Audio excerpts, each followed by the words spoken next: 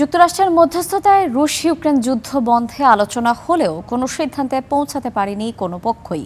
১ ফেব্রুয়ারি আবারও আলোচনার কথা রয়েছে, তবে ইউক্রেন ইস্যুতে ইউরোপীয় ইউনিয়নের সাথে কোনো আলোচনায় বসতে রাজি নয় রাশিয়া। ৪ বছর ধরে চলা ইউক্রেন রাশিয়া যুদ্ধের অবসানে কি এবার সত্যিই কোনো অগ্রগতি হচ্ছে?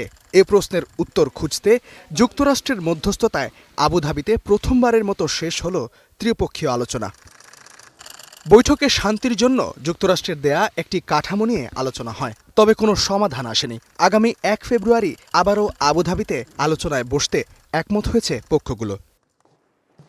ইউক্রেনের প্রেসিডেন্ট ভলোদিমির জেলেনস্কি বলেছেন, প্রথম দফায় আলোচনা ছিল গঠনমূলক। যুক্তরাষ্ট্রের পক্ষ থেকে ইউক্রেনের সাথে দ্বিপাক্ষিক নিরাপত্তা নিশ্চয়তা সংক্রান্ত একটি গুরুত্বপূর্ণ নথিও প্রস্তুত হয়েছে।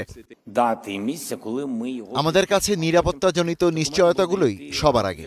এগুলো হচ্ছে যুক্তরাষ্ট্রের সাথে দ্বিপাক্ষিক নিরাপত্তা চুক্তির নিশ্চয়তা। এই সংক্রান্ত নথিটি শতভাগ প্রস্তুত এবং আমরা এখন আমাদের অংশীদারদের কাছ থেকে স্বাক্ষর করার তারিখ ও স্থান নির্ধারণের অপেক্ষায় আছি। এদিকে ইউক্রেন ইস্যুতে ইউরোপীয় ইউনিয়নের পররাষ্ট্রনীতি প্রধান কায়া কালাকাসের সাথে কোনো আলোচনায় বসতে সম্মত নয় রাশিয়া। আলোচনার মধ্যেই ইউরোপীয় ইউনিয়নের ব্যাপারে কড়া অবস্থান ব্যক্ত করলেন ক্রেমলিন মুখপাত্র। কাজা কালাসের সাথে আপনি কোনো কিছু নিয়ে আলোচনা করবেন কিভাবে? আমরা তার সাথে কোনো বিষয়ে আলোচনা করব না, আর মার্কিনীরাও তার সাথে কোনো আলোচনা করবে না, সেটা তো স্পষ্ট। আমাদের আর কি বা করার আছে? আমরা শুধু তার চলে যাওয়া পর্যন্ত অপেক্ষা করতে হবে।